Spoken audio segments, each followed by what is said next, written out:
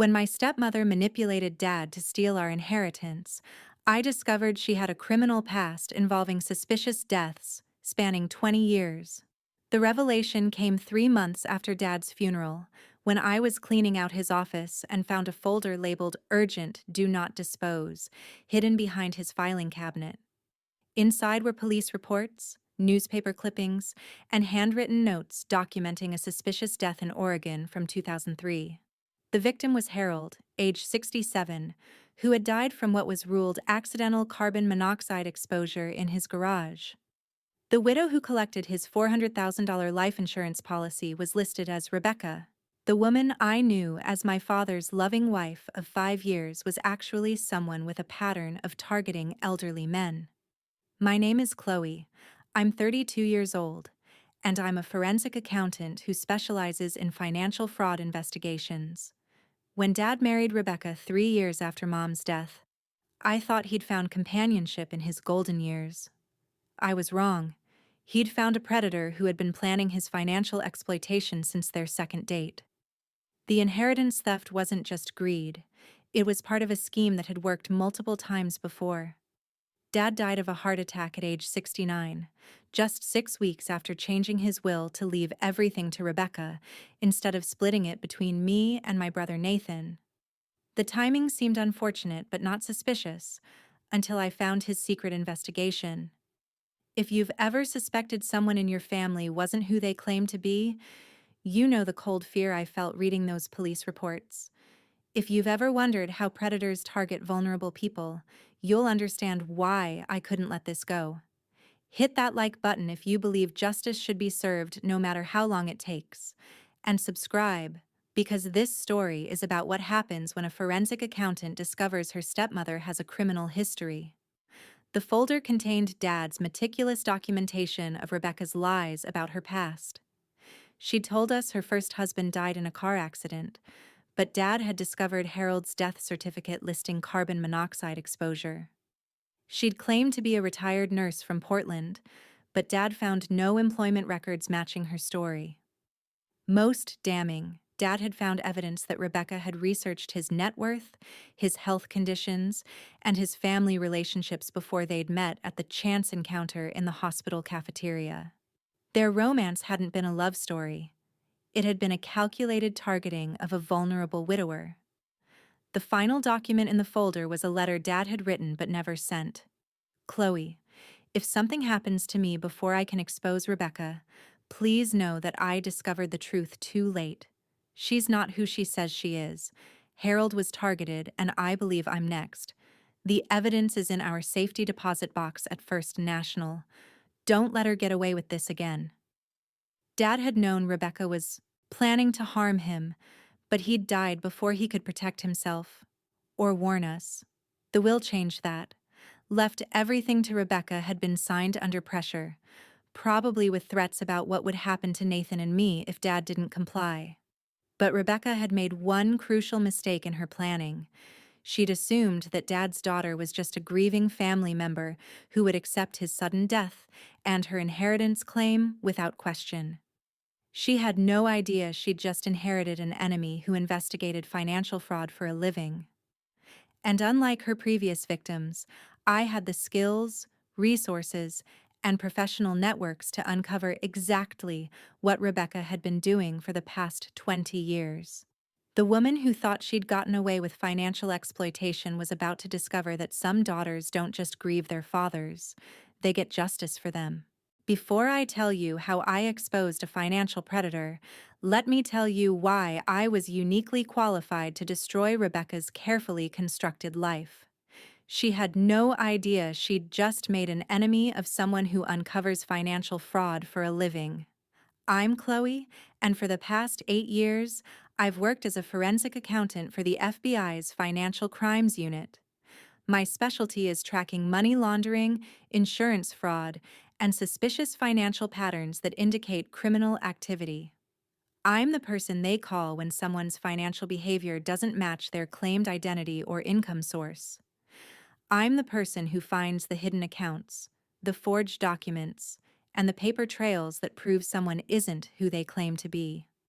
Rebecca had chosen the worst possible target for her inheritance scam.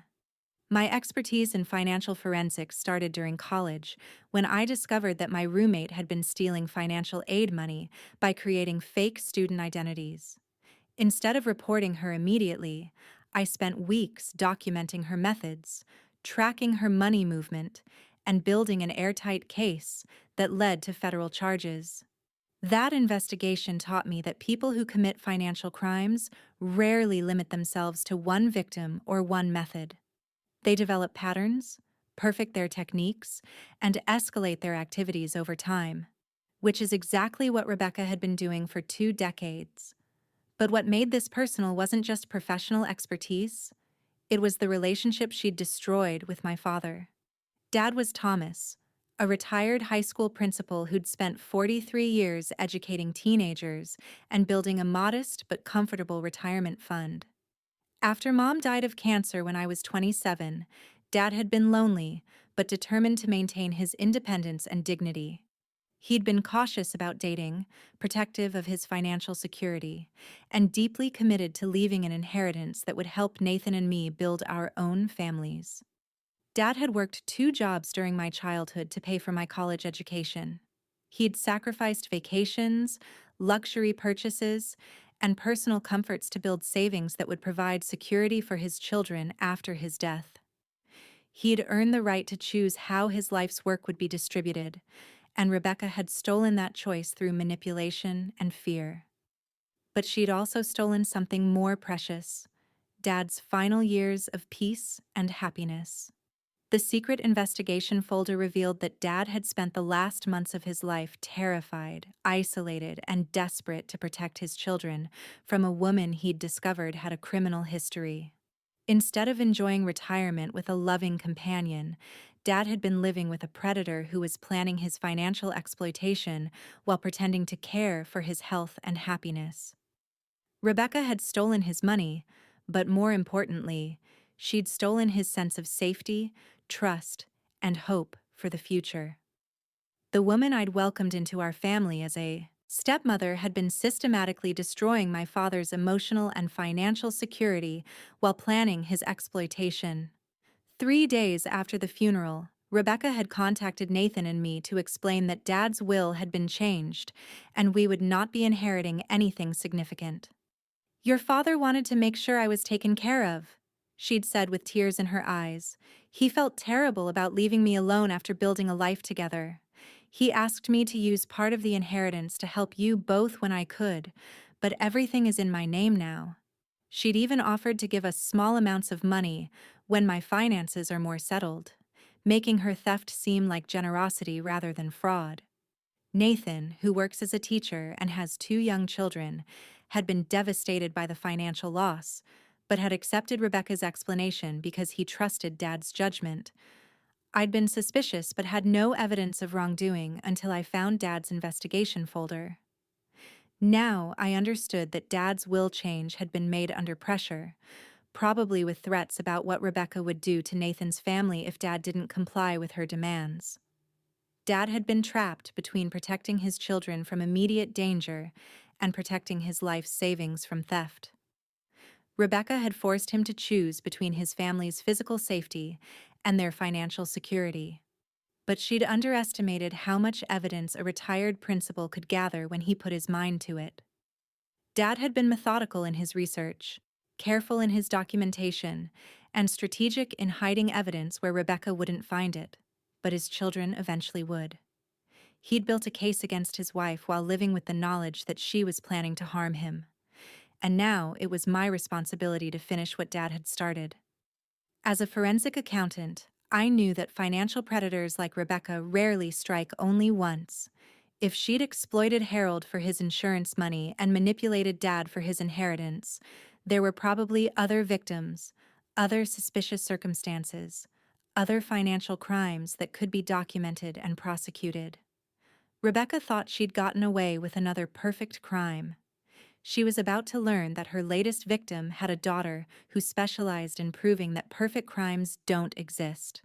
They're just crimes that haven't been properly investigated yet. The first crack in Rebecca's facade appeared when I started investigating her employment history, And nothing she'd told our family matched any official records. Every detail of her background story was carefully constructed fiction. Rebecca had claimed to be a retired registered nurse who'd worked in Portland area hospitals for 30 years. But when I ran her social security number through professional licensing databases, there was no record of Rebecca ever holding nursing credentials in Oregon. She'd told us she'd sold her house in Portland to move closer to Dad.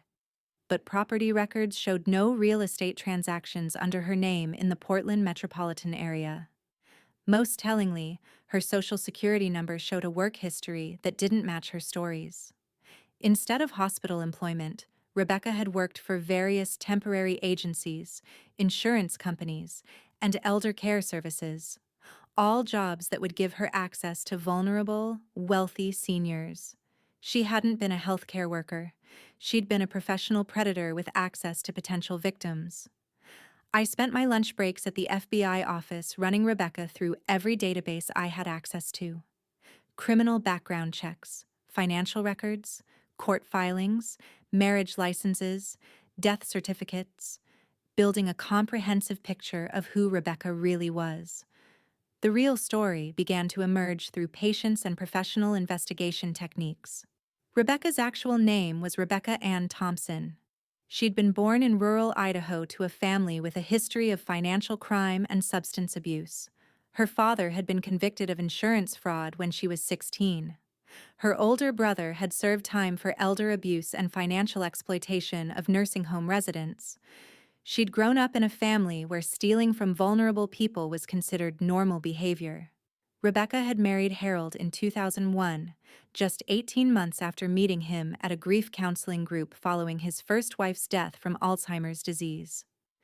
The speed of their courtship, combined with Harold's emotional vulnerability, fit a classic pattern of predatory targeting. Harold's children from his first marriage had contested his will change that left everything to Rebecca.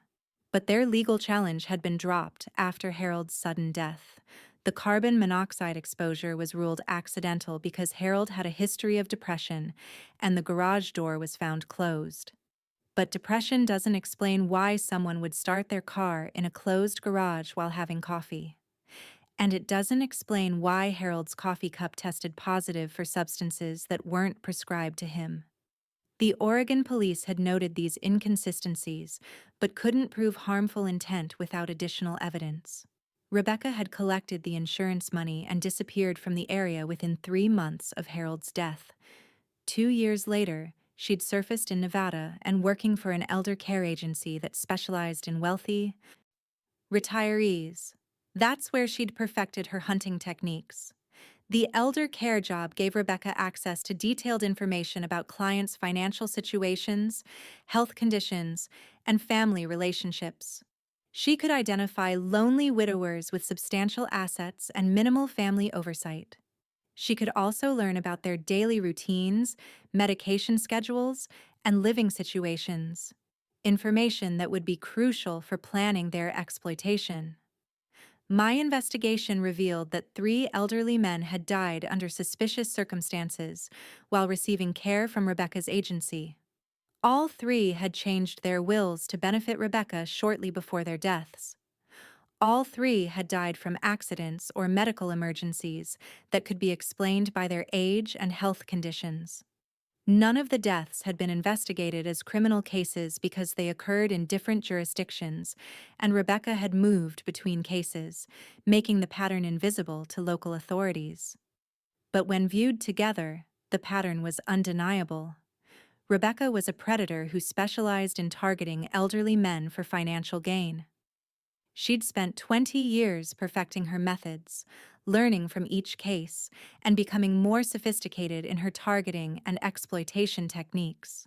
Dad had been her latest victim, but he'd also been her first victim who'd figured out her true identity before she could complete her plan.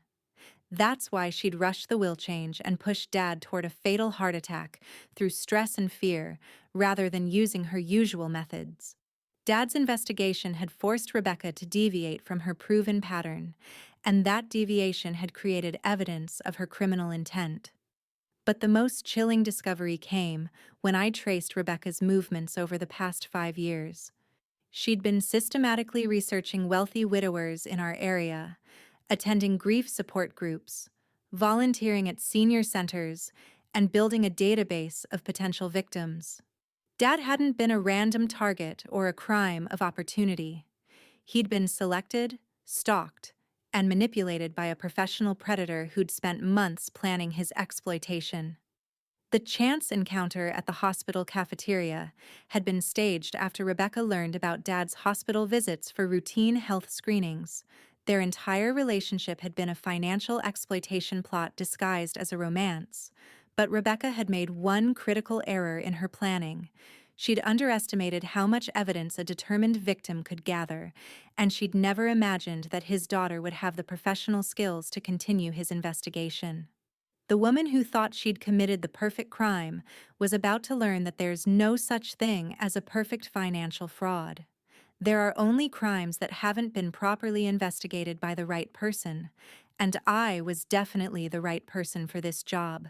For the next month, I conducted surveillance on Rebecca while she played the role of grieving widow, and what I observed confirmed every suspicion about her true nature.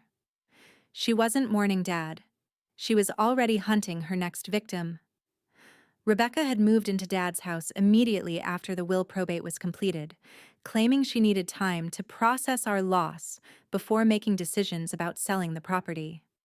But her behavior showed someone who was celebrating victory rather than grieving loss. I installed hidden cameras around Dad's property under the pretense of helping Rebecca with security concerns. What those cameras revealed was a woman who dropped her grief performance the moment she thought she was alone. The loving wife disappeared when no one was watching, replaced by someone coldly calculating her next move. Rebecca spent hours on Dad's computer researching life insurance policies, estate planning attorneys, and inheritance tax laws. She was learning how to maximize her profit from Dad's death while minimizing legal complications. She'd also resumed her old patterns of trolling grief support groups and senior center activities, identifying lonely elderly men with observable wealth indicators. I watched her attend 3 different grief counseling sessions in 2 weeks, each time presenting herself as a recent widow seeking emotional support. But instead of participating in healing activities, she was gathering intelligence about male participants' financial situations and family relationships. Rebecca wasn't seeking therapy. She was shopping for her next victim. During one particularly revealing session that I observed from the parking lot, Rebecca spent 45 minutes comforting a 73-year-old widower named Frank, whose wife had died of Alzheimer's 6 months earlier. Frank owned a successful auto repair business and lived alone in an expensive neighborhood. He had 2 adult children who lived in other states and visited infrequently.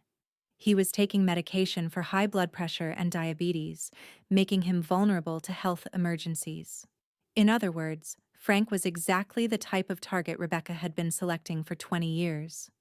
I watched her exchange phone numbers with Frank, offering to cook dinner for him, because no one should eat alone during the grief process. That evening, I called Frank's daughter in California.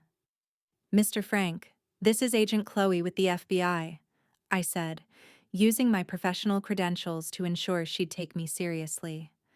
"I need to warn you that your father may be targeted by someone who preys on grieving widowers." I couldn't reveal the ongoing investigation, but I could plant seeds of caution that might protect Frank from becoming Rebecca's next victim. Frank's daughter immediately called her father and convinced him to be extremely careful about new relationships, especially with women who seemed too interested in his financial situation. When Rebecca called Frank the next day to arrange dinner, he politely declined and said he wasn't ready for new friendships yet. I'd successfully disrupted Rebecca's hunting pattern, but I'd also tipped her off that someone might be watching her activities. Rebecca began varying her routines, using different grief support groups, and being more careful about her approach to potential victims. But increased caution also meant increased evidence of her predatory behavior. I documented Rebecca visiting 6 different senior centers over 2 weeks. always presenting herself as a new volunteer interested in helping elderly men with household tasks and companionship. She'd refined her approach since Harold's death, becoming more subtle in her victim selection and more patient in building relationships. But patience wasn't Rebecca's strongest quality when she was facing financial pressure. Dad's inheritance was substantial, but not unlimited. Rebecca was spending money on luxury items, expensive clothes, and home renovations that would quickly deplete her stolen assets. She needed another victim soon, which meant she'd have to take risks that would create evidence. The pressure I was applying through protective interventions was forcing Rebecca to become desperate, and desperate predators make mistakes. But the most valuable intelligence came from Rebecca's phone calls, which I was monitoring through FBI surveillance equipment authorized for my ongoing financial fraud investigation. Rebecca was in contact with someone who shared her criminal interests, a man she called partner, who helped her research potential victims and plan her approaches. "The daughter is asking too many questions," I heard Rebecca tell her partner during one recorded conversation. "She's been calling around about my background and some of my new contacts are being warned off." "Maybe it's time to relocate," the partner suggested. "You've got enough from this score to start fresh somewhere else." "Not yet. There's still money to be made here, and I'm not letting some accountant scare me away from good hunting grounds."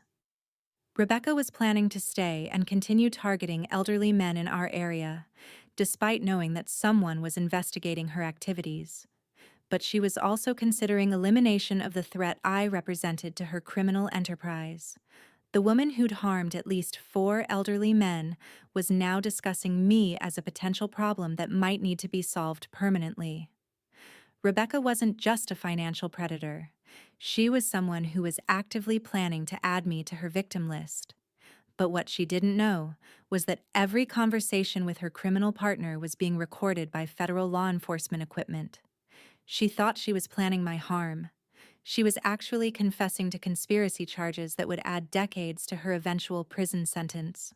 The first direct confrontation happened when Rebecca showed up at my apartment unannounced on a Friday evening, 6 weeks after I'd started disrupting her hunting activities. She'd come to threaten me into backing off, but she'd just walked into a recorded confession. I opened my door to find Rebecca holding a casserole dish and wearing the same concerned expression she'd used to manipulate Dad during their courtship. "Chloe, honey, I brought you some comfort food," she said, pushing past me into my living room. "I know you've been struggling with grief, and I thought we should talk about some concerning behavior I've been hearing about." I'd prepared for this confrontation by activating recording equipment throughout my apartment. Every word Rebecca spoke would be documented as evidence for her eventual prosecution. She thought she was manipulating a grieving daughter, but she was actually confessing to a federal agent. "What concerning behavior is that, Rebecca?" "Well, some people in the community have mentioned that you've been asking strange questions about my background. I understand that grief can make people suspicious and paranoid, but I'm worried you're creating problems for yourself." "What kind of problems?" Rebecca sat down uninvited and fixed me with the fake maternal concern she'd probably used on all her victims. "Honey, I know you're having trouble accepting your father's decision about the inheritance. It's natural to feel angry and want someone to blame, but making accusations about people without evidence can damage your professional reputation." Microconca. She was threatening my career while pretending to offer motherly advice. "I haven't made any accusations, Rebecca. I've just been learning about your background." "And what exactly have you learned?" This was the moment I'd been waiting for. The opportunity to see how Rebecca responded when confronted with evidence of her lies. "I learned that you were never a registered nurse in Oregon. I learned that you never owned property in Portland. I learned that your real name is Rebecca Thompson, and your first husband Harold died under suspicious circumstances." Rebecca's expression shifted from fake concern to cold calculation. The mask of grief and motherly love disappeared, revealing the predator underneath. "I see you've been busy playing detective," she said, her voice losing all warmth. Did you also learn that making false accusations against grieving widows can result in harassment charges? Are they false accusations, Rebecca? Of course they are. Your father knew everything about my past, and he loved me anyway. The fact that you can't accept his choices says more about your relationship with him than it does about mine. She was lying smoothly, confidently, the way someone lies when they've practiced deception for decades. Then you won't mind if I continue investigating? Rebecca stood up, abandoning any pretense of friendliness. Actually, I do mind, and I think you should consider very carefully whether continuing this obsession is worth the potential consequences. What consequences are those? Well, for instance, it would be terrible if your employer learned that you were using federal resources to harass law-abiding citizens based on personal grievances. That could end your career, couldn't it? She was threatening to destroy my FBI career if I didn't stop investigating her crimes. Rebecca, are you threatening me? I'm warning you. As someone who cares about your future, your father wouldn't want you to destroy your life over conspiracy theories and grief-induced paranoia. And what if I don't stop asking questions? Rebecca moved closer, her voice dropping to barely above a whisper. Then you might find yourself facing the same kinds of accidents that happen to people who don't know when to mind their own business. There it was, a direct threat against my life, recorded on federal surveillance equipment. Are you saying something might happen to me if I continue investigating your background? I'm saying that people who make trouble for others sometimes find that trouble comes back to them in unexpected ways. Your father learned that lesson, and I'd hate for you to have to learn it too. Rebecca had just confessed to threatening Dad and threatening me in a conversation that was being recorded for federal prosecutors. But she wasn't finished with her revelations. You know, Chloe, your father spent his last months terrified because he couldn't stop asking questions either. He kept digging into things that weren't his business, making accusations he couldn't prove, threatening to destroy a good woman's reputation over his own paranoid delusions. How did that work out for him? Rebecca smiled with the cold satisfaction of someone remembering a successful scheme. He died of a heart attack brought on by stress and fear. Turns out that when elderly men spend months in a state of constant anxiety, their hearts just give out. It's very sad, but completely natural. She'd just confessed to psychologically tormenting Dad to death, thinking she was threatening me into silence. Instead, she'd provided federal prosecutors with recorded evidence of premeditated harm. As Rebecca left that evening, she turned back to deliver one final threat. I hope you make better choices than your father did, Chloe. It would be tragic if grief and obsession led to another family tragedy. But what Rebecca didn't know was that her threats had just sealed her fate. Because threatening a federal agent during an ongoing criminal investigation isn't just conspiracy. It's a federal crime that carries its own prison sentence. The woman who thought she was intimidating me into backing off had just provided the evidence that would send her to prison for the rest of her life. 3 days after Rebecca's threatening visit, the FBI task force I'd assembled arrested her at Dad's house on charges of financial fraud, conspiracy, elder abuse, and threatening a federal officer. The woman who'd thought she was untouchable discovered that financial predators eventually meet someone who can catch them.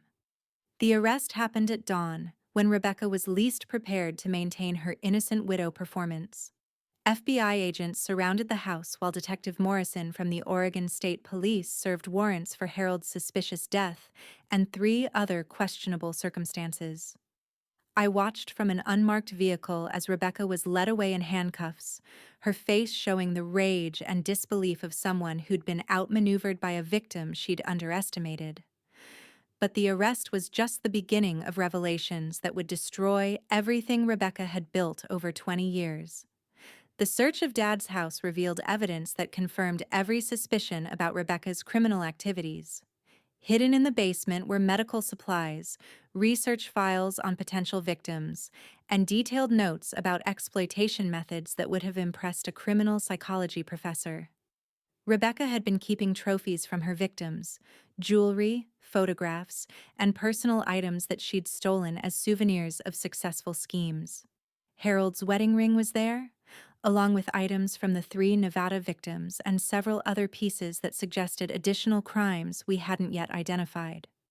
But the most damning evidence was Rebecca's detailed planning notebook, which contained victim profiles, timeline schedules, and methodology notes for each crime she'd committed. Subject responds well to sympathy manipulation.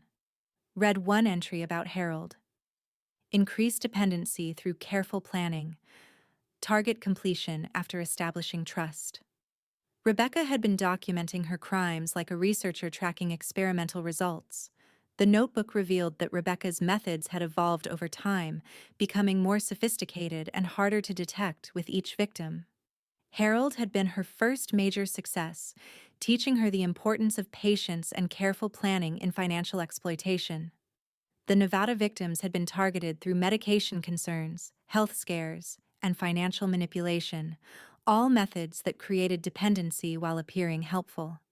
Dad had been exploited through psychological pressure designed to trigger health problems, a method Rebecca had developed after learning that his medical history made him vulnerable to stress-induced complications. Each scheme had been planned months in advance, with Rebecca studying her victims' routines, medical conditions, and family relationships to develop customized exploitation strategies. But perhaps the most chilling discovery was Rebecca's partnership with Dr. Marcus, a corrupt physician who'd been helping her access medical records, understand health vulnerabilities, and provide medical justifications for her victims' declining health. Dr. Marcus had been advising Rebecca on her victims' medical conditions to help her create scenarios that would lead to their deaths. He'd also been providing false medical opinions that supported accidental death rulings and prevented criminal investigations. In exchange, Rebecca had been paying Dr. Marcus a percentage of her inheritance proceeds and helping him identify wealthy patients who could be exploited for insurance fraud. The FBI raid on Dr. Marcus's medical practice revealed evidence of systematic elder abuse involving dozens of patients who'd been overmedicated, financially exploited, or harmed for insurance money. Rebecca hadn't just been a financial predator. She'd been operating a criminal enterprise with medical assistance. But the investigation also revealed information that vindicated Dad's suspicions and proved how close he'd come to saving his own life. Dad had contacted the Oregon State Police about Harold's death just 2 weeks before his own death. He'd provided them with evidence of Rebecca's false identity and requested that they reopen the investigation into Harold's suspicious circumstances. Detective Morrison had scheduled an interview with Dad for the week after his death, which meant Dad had died just days before he could provide police with evidence that would have exposed Rebecca's crimes. Rebecca had somehow learned about Dad's contact with law enforcement, possibly through Dr. Marcus's access to medical records that showed Dad's increased anxiety and blood pressure. That knowledge had forced Rebecca to accelerate her timeline and harm Dad before he could testify against her. Dad's death hadn't been the result of natural stress and fear. It had been a targeted elimination designed to silence a witness who could have sent Rebecca to prison. But Dad's investigation notes, combined with my forensic accounting analysis, had provided prosecutors with a complete picture of Rebecca's criminal enterprise. The evidence showed a 20-year pattern of targeting elderly men, gaining their trust through romance or caregiving, manipulating them into changing their wills, and then causing their deaths for financial gain. Rebecca had harmed at least 7 people and stolen over $2.8 million in inheritance money, insurance proceeds, and liquidated assets. She'd operated across multiple states, used various identities, and corrupted medical professionals to avoid detection. But she'd finally targeted a victim whose daughter had the professional skills and investigative resources to expose her crimes. The woman who'd thought she'd committed the perfect financial fraud had actually been building a case against herself with every crime she'd committed. And now that case was going to send her to prison for the rest of her life. Dad's final investigation had become the foundation for justice that would protect future victims from Rebecca's predatory behavior. The man, who died trying to expose a criminal, had succeeded in saving lives he'd never know about. While Rebecca sat in federal custody awaiting trial, I spent 3 months working with prosecutors to build an airtight case that would ensure she never had the opportunity to harm anyone again. Building a criminal case against a financial predator requires more than evidence. It requires understanding the psychology of someone who views human life as a business opportunity. The prosecution team included specialists in elder abuse, financial crimes, and criminal conspiracy cases. We worked together to create a comprehensive picture of Rebecca's criminal evolution, from her first tentative steps toward elder exploitation to her sophisticated fraud enterprise. My role was to trace the financial patterns that revealed Rebecca's systematic approach to victim selection and wealth extraction. Every bank account, insurance policy, and property transfer told part of the story about how Rebecca had monetized exploitation. The numbers revealed a woman who'd turned criminal activity into a calculated business model with predictable profit margins. Rebecca's financial records showed that she'd researched inheritance laws, tax implications, and asset protection strategies before selecting each victim. She'd known exactly how much money she could extract from each scheme and had planned her criminal schedule to maximize profit while minimizing legal exposure. Harold's $400,000 life insurance payout had funded Rebecca's move to Nevada and her initial victim research in that state. The Nevada schemes had generated $680,000 in combined inheritance and insurance money, which had supported her relocation to our area and her targeting of Dad. Dad's $320,000 estate, combined with his life insurance and retirement accounts, had given Rebecca over $500,000 in liquid assets, money she'd planned to use for expanding her criminal operations. But the financial investigation also revealed Rebecca's vulnerabilities and the pressure points that had led to her eventual capture. Rebecca's biggest weakness was her inability to resist spending the money she'd stolen from her victims. Despite careful planning in other areas, Rebecca had been reckless with her criminal profits. She'd purchased luxury items, expensive clothes, and high-end vehicles that created obvious disparities between her claimed income and her actual spending patterns. She'd also made the mistake of maintaining bank accounts and credit cards under multiple identities, creating a paper trail that linked her various aliases and revealed the scope of her criminal activities.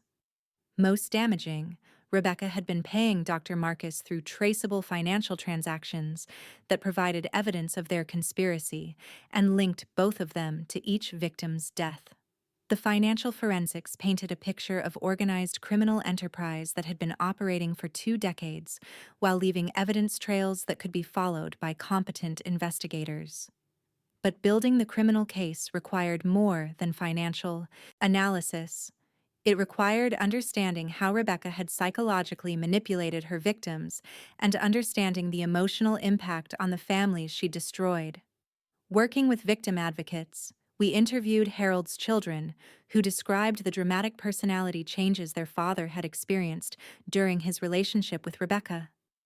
Dad became suspicious, anxious, and secretive, Harold's daughter told prosecutors. He started questioning our motivations for visiting, became paranoid about his finances, and seemed terrified of making Rebecca angry. These descriptions exactly matched Nathan's observations about Dad's behavior during his final months, confirming that Rebecca used consistent psychological manipulation techniques to isolate her victims and control their decision-making. The victim impact statements revealed the broader damage Rebecca had caused beyond the crimes themselves. Families had been torn apart by suspicious deaths that were never properly investigated. Children had spent years questioning their own judgment and wondering if they could have prevented their parents' death. Financial security that had been built over decades of hard work had been stolen to fund a criminal lifestyle that treated human life as disposable. But the most difficult part of building the case was reconstructing Dad's final weeks and understanding the psychological torture Rebecca had inflicted on him before his death. Dad's medical records showed dramatic increases in blood pressure, anxiety medications, and stress-related symptoms during the months when he was investigating Rebecca's background. His journal entries, found hidden in his home office, revealed a man who was terrified for his children's safety, but unable to find a way to protect them from a criminal who was living in his house. "She knows that I know," Dad had written in his final entry. "Rebecca is planning something terrible, but I can't prove it fast enough to save myself. If something happens to me, I pray that Chloe will be smart enough to stay away from this woman." Dad had died believing that his investigation might put his children in danger, not realizing that his evidence would be the key to our protection and Rebecca's prosecution.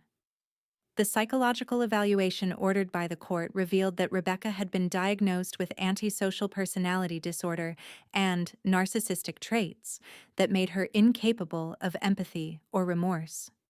She viewed her victims not as human beings, but as resources to be exploited for her benefit. Their deaths were acceptable costs of doing business, no different from any other business expense. Dr. Marcus's cooperation with prosecutors revealed that Rebecca had discussed expanding her operations to include multiple victims simultaneously and had been researching methods that could be used in nursing homes and assisted living facilities. She hadn't been planning to retire from criminal activity. She'd been planning to industrialize it.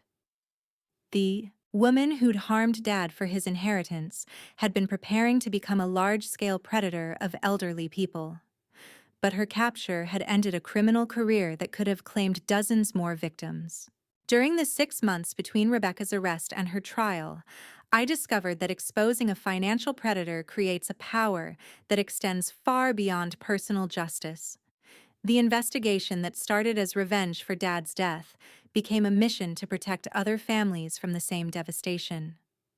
Media coverage of Rebecca's case had prompted other families to come forward with suspicions about elderly relatives who died under circumstances similar to our victims. Within weeks of the arrest, law enforcement agencies across 5 states were reopening cold cases involving suspicious deaths of elderly men who'd been involved with women matching Rebecca's description. 2 additional criminal charges were filed when families in Arizona provided evidence that Rebecca had operated there under another identity between her Nevada and Oregon activities. Rebecca hadn't just been a financial predator. She'd been a traveling criminal enterprise with victims across the entire western United States. But the most significant development came when nursing home administrators and elder care facilities began reviewing their records for patterns that might indicate predatory staff members or systematic abuse. My work with the FBI had established protocols for identifying financial exploitation and suspicious death patterns in elder care settings. These protocols were being implemented nationally to prevent other criminals from using healthcare access to target vulnerable seniors. Dad's investigation had not only exposed Rebecca, but had created systemic changes that would protect thousands of elderly people from similar predators. The case had also attracted the attention of advocacy groups working on elder abuse prevention and financial crimes against seniors. I was invited to speak at conferences, train law enforcement personnel, and develop educational materials for families dealing with suspicious relationships involving elderly relatives. But the most meaningful impact was personal, helping other families navigate the complex emotions that come with discovering that a loved one was harmed by someone they'd trusted. Harold's children reached out to me during Rebecca's trial preparation, sharing their relief at finally having answers about their father's death and their gratitude for the investigation that had provided closure they'd never expected to receive. "We knew something was wrong," Harold's son told me during one of our conversations. "Dad was terrified during his final weeks, but we couldn't understand why. He kept saying Rebecca was dangerous, but we thought it was confusion or paranoia related to his grief." Similar stories emerged from families across multiple states as Rebecca's full criminal history was revealed through the investigation. Elderly men who died under suspicious circumstances had tried to warn their children about the women who were manipulating them, but their families had dismissed these warnings as age-related confusion or emotional instability. The pattern revealed how effectively Rebecca had isolated her victims from their support systems and how difficult it was for families to recognize predatory behavior when it was disguised as romance or caregiving. But knowledge of Rebecca's methods was creating awareness that would protect future potential victims. Elder care professionals were learning to recognize the warning signs of predatory relationships: rapid romantic involvement, pressure to change wills or financial arrangements, isolation from family members, and unexplained changes in personality or behavior. Financial institutions were implementing enhanced protections for elderly customers, including mandatory waiting periods for large transfers and requirements for family notification when seniors made significant changes to their accounts. Most importantly, families were learning to trust their instincts when something felt wrong about a new relationship involving an elderly relative. The investigation had also revealed the broader network of corruption that had enabled Rebecca's crimes. Dr. Marcus's medical practice was shut down permanently, and his medical license was revoked in 3 states.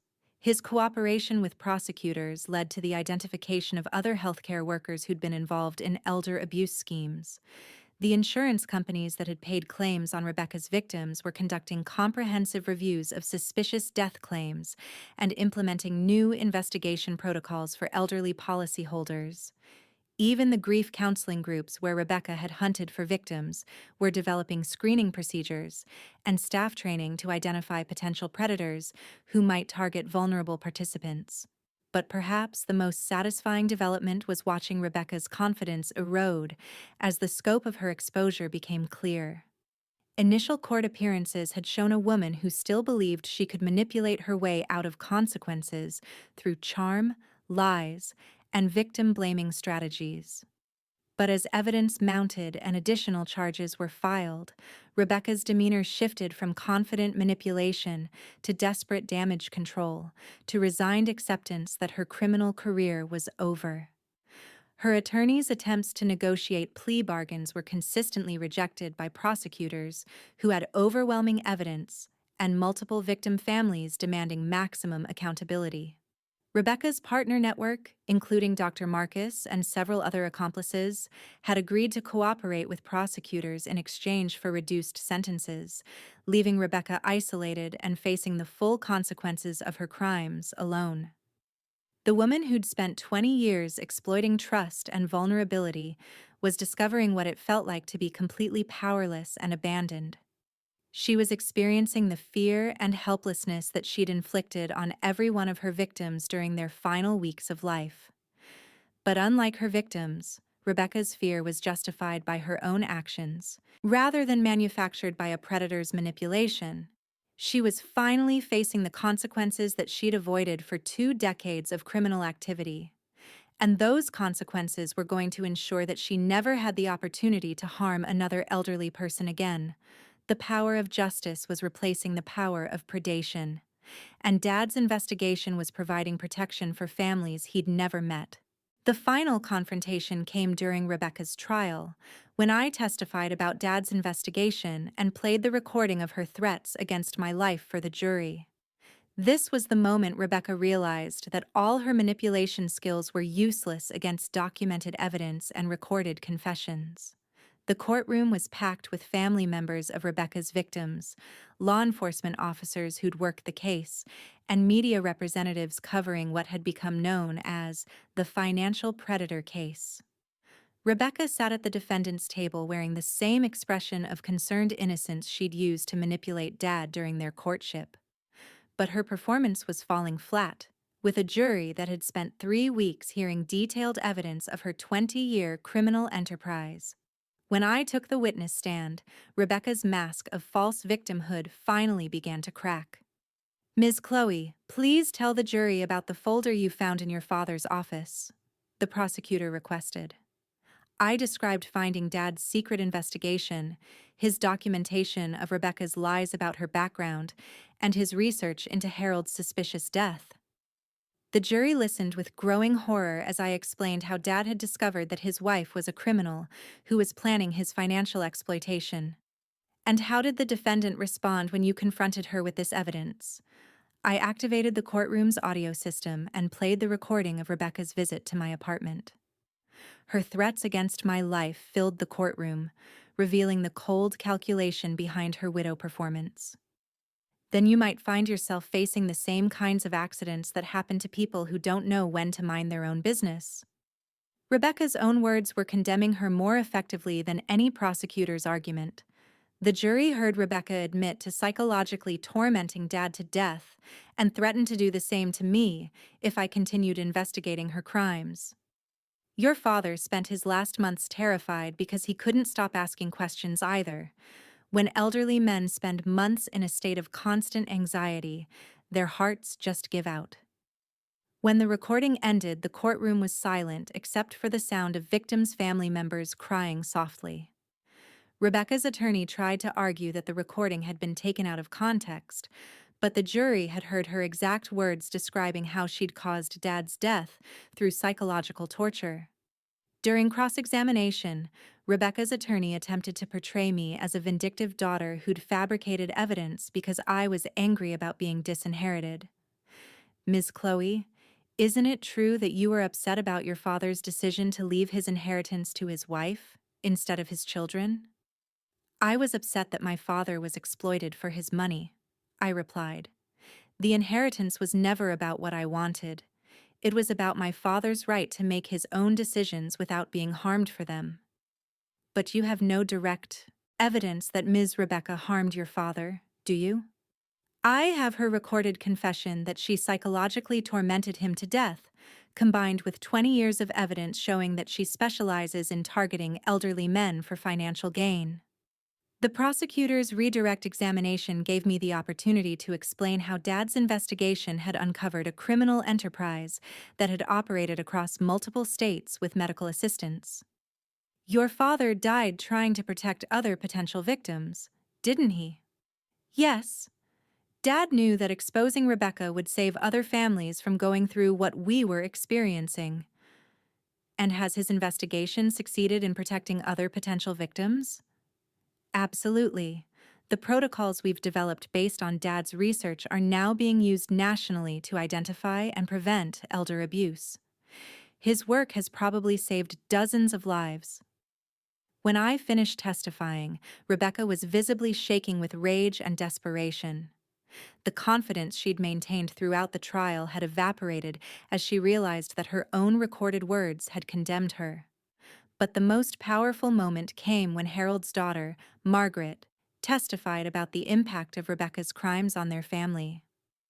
We spent 20 years wondering if we could have prevented Dad's death, Margaret told the jury.